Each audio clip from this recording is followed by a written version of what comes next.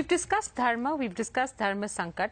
Both the Mahabharata and the Ramayana sort of talk of many different instances of what is the road to dharma, the principle, and what constitutes dharma sankat, right? We have a very interesting question in from Ajay Piramal referring to both these great books and what he draws from that.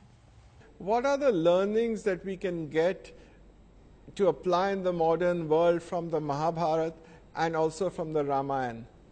And sometimes on first reading, it looks that there are several contradictions into what is said in Mahabharata and what is said in Ramayana. Can you just explain that to us? You see, Ramayana and Mahabharata are both considered itihas. Now, itihas is conventionally translated as history, but it actually means it's a tense agnostic term, which means so it was, so it is, and so it will be. That means it is timeless. Right. One.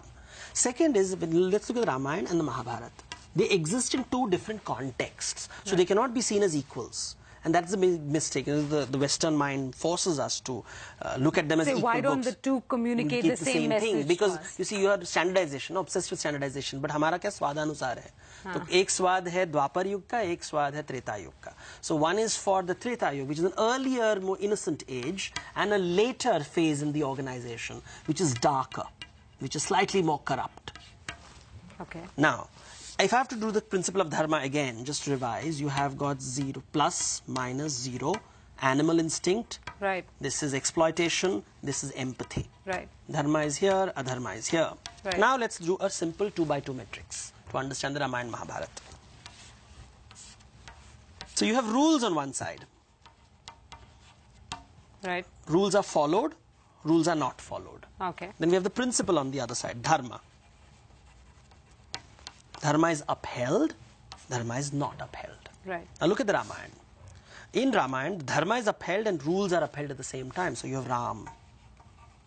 So rules and dharma are aligned. Everything is about the other. Everything is about the other. Everything is about the other. Even at the cost of oneself. Even at the cost of oneself. Almost always at the cost of oneself in the case of almost Ram. always. Yes. So it's misery in the forest, misery in the palace. Got it.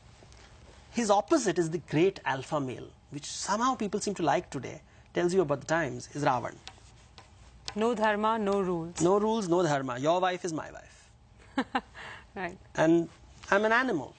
Even my son dies, I will not let go of my little toy. My brothers die, I will not let go of my little toy. That's Ravan. Now look at this same thing.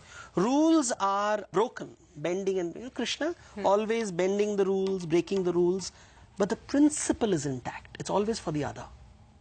Okay. Now let's look at the most favorite character, Duryodhana. He never breaks the rule.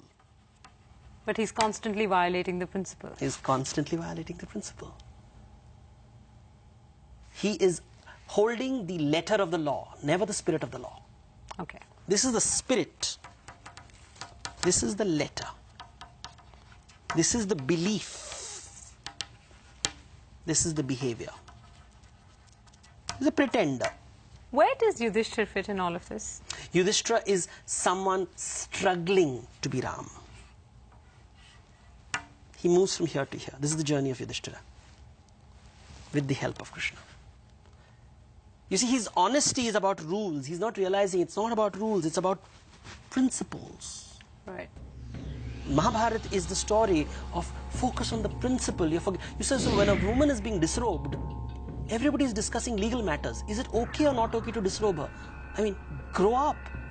This is Bhishma and Drona watching a woman being disrobed, and they are supposed to be very educated people, and they are not doing anything. This brings me to a very interesting issue. You said that the Ramayana comes from an older age, an age of more innocence. The Mahabharata comes from a darker age. Yes. It's a more matured organization. This is a very early phase organization. Just tasted success. Everything is right. Market is right. And the principles have just been created. So it's exciting and new. People are not smart enough to subvert it yet. Right. Here, in this stage, you've gone from principle to now a slightly more rule-focused organization. The principles have been forgotten. Rules have become more important. So it's bureaucratic. Highly bureaucratic. Letter of the law. Spirit of the law is not there. Like any bureaucracy, all the rules are upheld, but people still don't have food. So the principle is forgotten.